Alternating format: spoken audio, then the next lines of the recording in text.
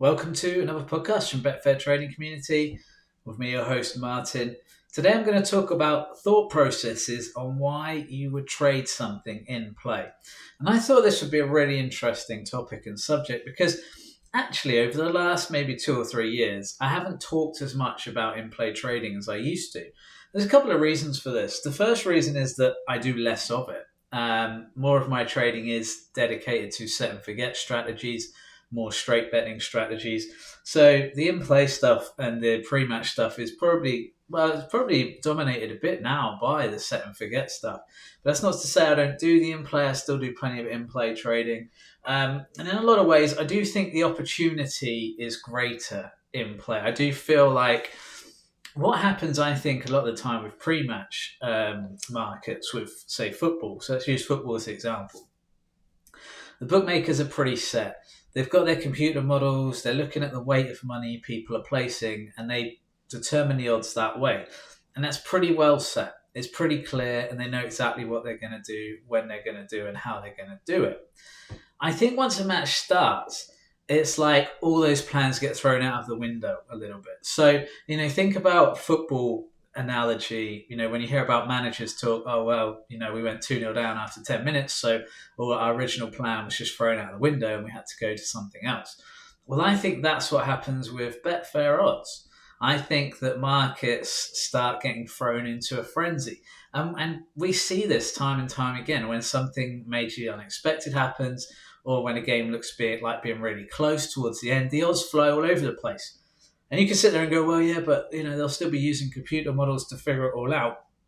Yeah, bookies will.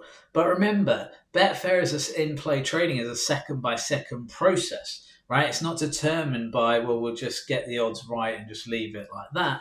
The odds are forever moving. And that's why I think you often find opportunity in play. And that's why I think in-play trading is something that we should all do.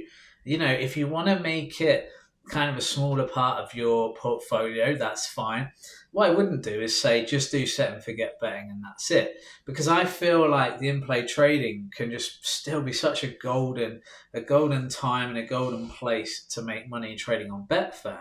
So that is my first answer really as to the thought process of why I would trade something in play. Before we even get into the kind of specifics of an actual trade, I want you to think about, actually, there is more opportunity in play because of the way the odds move. At the start of the match, you might not think a price is value, but halfway through a match, you might be watching it, seeing what's happening, seeing what's developing in front of you, and go, "My God, that price is really good value." So. And that's what you see a lot. You will get situations where you go, and this is why I always say to people, just going off a little bit on a tangent here, but that's why I always say to people, if you don't like the price pre-match, don't take it. Because so many people take prices they don't like just because they think the outcome will happen. This is why people bet at really short odds, and a lot of them who do that lose a lot of money because they go, well, Man United are definitely going to win tonight. I'll back them at 1.2, and then when they don't win, you're stuffed because you've obviously had to outlay a lot of money just to try and make a little bit of profit because the odds were so short. So one thing I always say to people, do not, under any circumstances, take odds that aren't good value.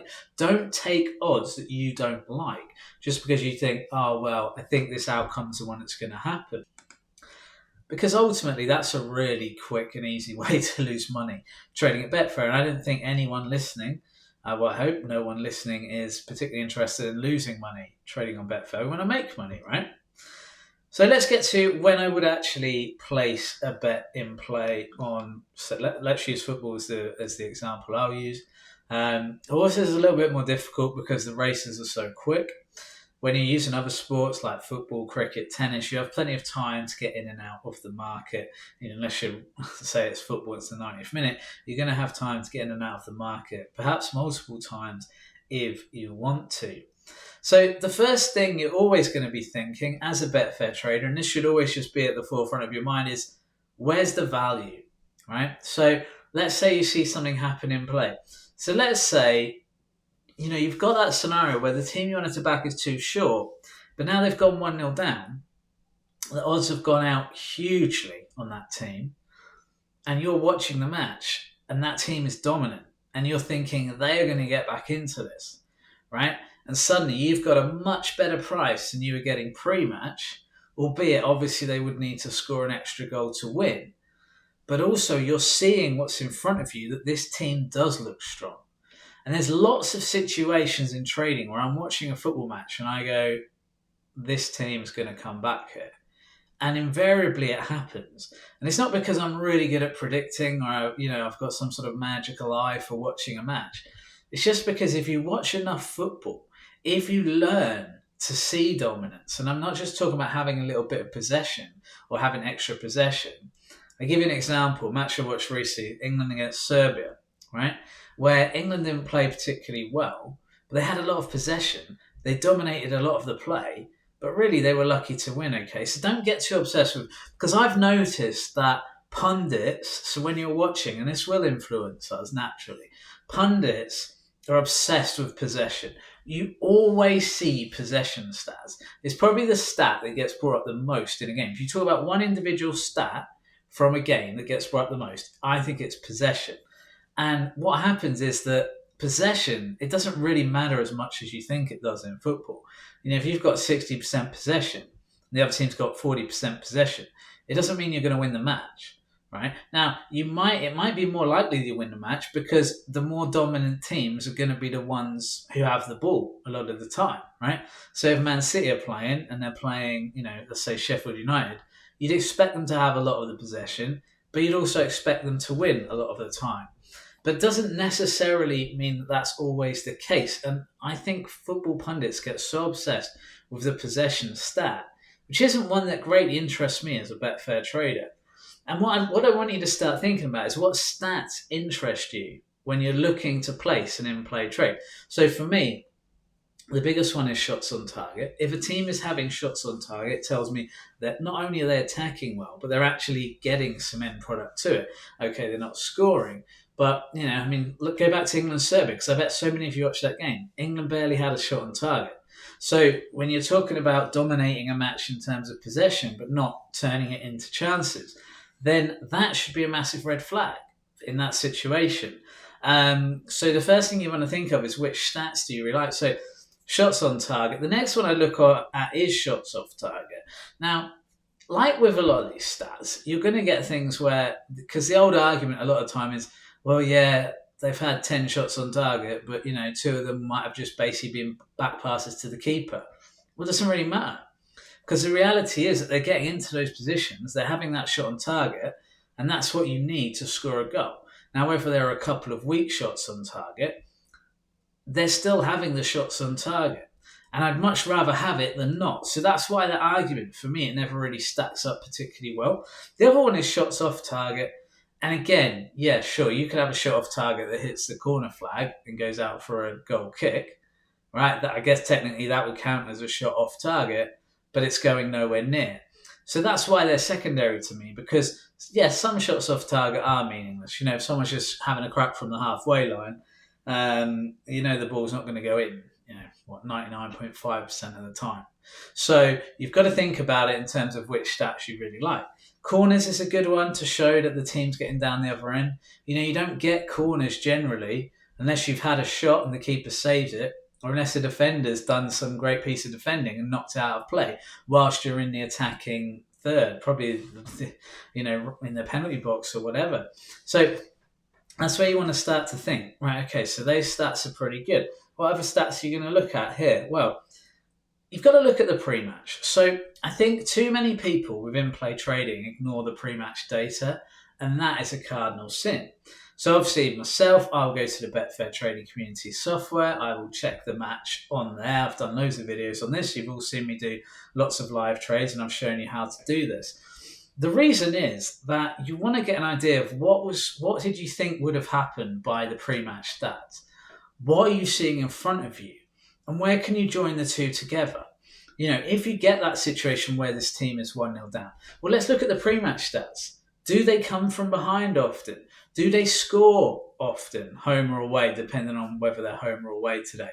Are they good at winning their matches? Because if you get that scenario and you go, wow, they scored nearly every home game, okay, well, I think they're going to get at least one goal here, so we can work with that. That's kind of the position we start with. So there's so much you can look at with the pre-match. You marry it up with the in-play stats, and you've got something much more powerful. Because I used to do it with just in-play stats. I did used to do that. And then I realized that a lot of the time, what I'm expecting to happen just based on the in-play isn't happening. And why is that? And then when I looked at the pre-match and put the two together, I realized things improve massively, because it's like getting confirmation of something, right? So let's say you go to a doctor and you're getting a checkup, and they say, oh, you've got this. Now you might go for a second opinion, because you're like, well, I don't really know if this doctor's right. Maybe they've got it wrong a lot of times, like we often do with trading. Like, everyone's going to get things wrong with trading. Your confirmation, you're getting your pre-match and in-play stats together, and both showing you that what you think is going to happen based on what you're watching might happen. It's like getting that second opinion. So you go, okay, cool. It's probably this then. I've had the two exact same things from different doctors, and so the chances are they're right, and that's cool. Well, in this scenario, it's the same thing. You're getting confirmation. So the pre-match stats are telling you this is likely to happen. The in-play stats are also telling you this is likely to happen. Then you've married the two, and you are likely in a good position. Now, again, remember, the forefront of your mind is going to be value. So the first thing you're thinking of is value. Then you marry those two stats together, and suddenly you've got like a golden triangle where you've got value odds, in-play stats that support your argument, pre-match stats that support your argument. And then that's just the place you would place the bet. If you've got that underdog, it's 0-1 at half time, and you think they're going to come back, then you back the team that is likely to come back. Okay, maybe you put a bit on the draw just in case, or you lay the away team if it's an away team who's ahead. Okay, so in those scenarios, that's the kind of play you'd make, and there are a lot of the thought process on why I would trade in a match like that. And the same with goals. If I think that in that scenario, well, 0-1, there's going to be a second half goal, maybe I wait for bigger odds and I wait till it gets to 1.5, maybe higher, and then I'm going to take that price. If there's value, right, if the price is decent enough, if the pre-match and the in-play stats all match to work together. And like I say, it really is a kind of golden triangle between those three things, because if you get those three things to match up, the chances are you've got a strong trade. And the reason I say this is that it's hard to get those three things to match up all the time. When I've done the videos I've done, say on second half goal, where I'm trading in play, and I'm looking at Premier League, I'm looking at the 3 p.m. Games on a Saturday, then there's probably only 4 or 5 matches that interest me. And yet you're looking at probably 50 plus matches that are relevant to trade at that exact time of day on a Saturday. So even in that scenario, I'm only matching up the three things I want, say 10% of the time. Okay, so it's not like every single match is going to have that opportunity. And that's another key thing to think about. When you're trying to trade in play, you're looking for something special. You're looking for something that's value, that is something that you have determined will be a good trade. You're not looking to trade every single match. I eliminate so many matches because I look at the stats in play and pre-match, and they will tell me straight away, okay, this isn't value. Or they will confirm what I'm thinking. And then, let's say it's 0-0 at half time. Second half goal odds are 1.4. I then go and check, and the home team who's playing at home haven't had a 0-0 in their past 10 games. The away team haven't had a 0-0 in their past 10 away games. And suddenly I'm going, wow, there's a huge chance for second half goal. I'm actually getting a fairly decent price. I could wait for a higher price as well if it's 0-0 after 60 minutes. And this is value. The three things together are telling me this is a strong trade. And if you've watched any of these videos, you will know that I have a really good success rate on those.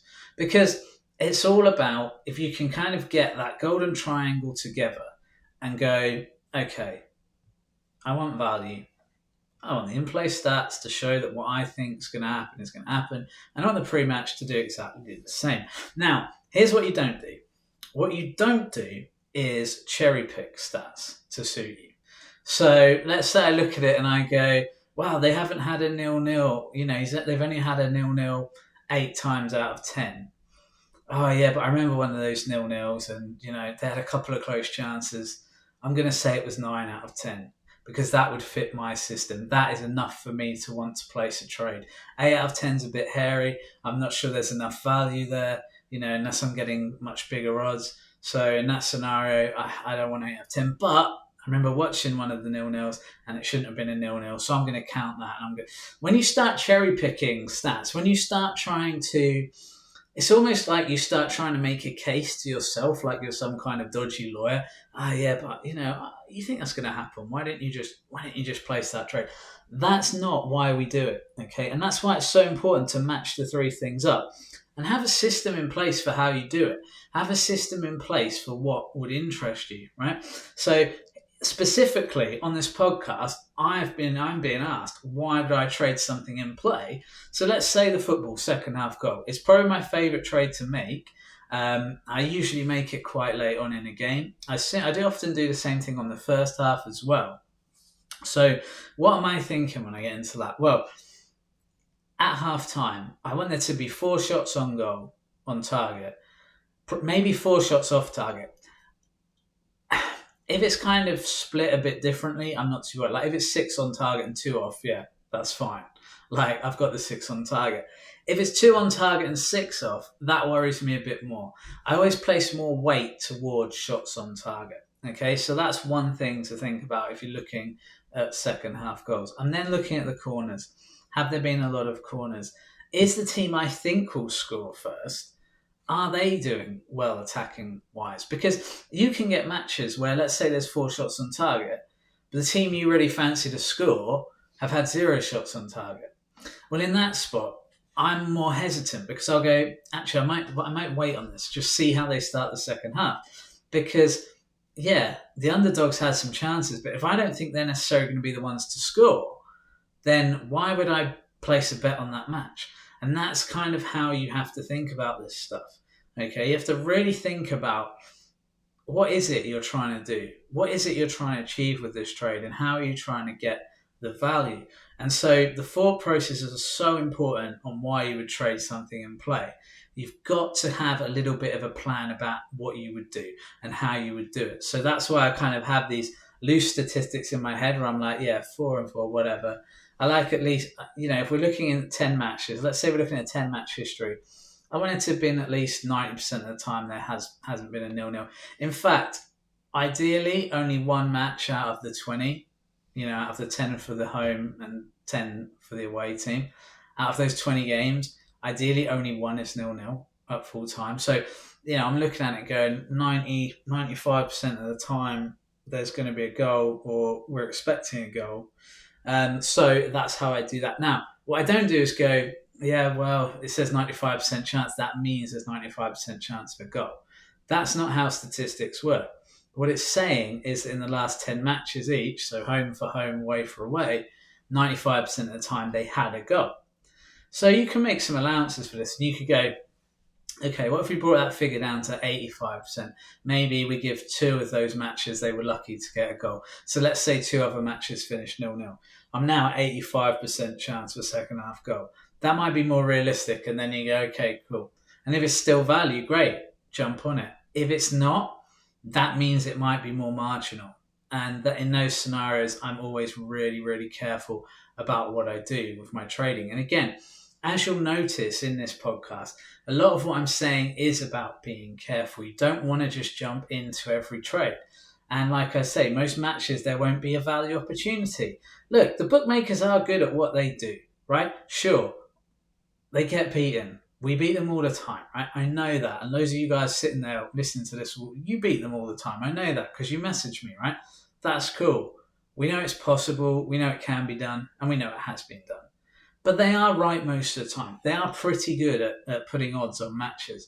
So it's very naive to think there's always going to be a value opportunity. But like I say, in play, sometimes you can get situations where there is bigger value because the market goes in a bit of a frenzy. And you'll see it quite a lot. See that underdog take a lead and then it starts getting to 70 minutes. The market is going to panic like hell.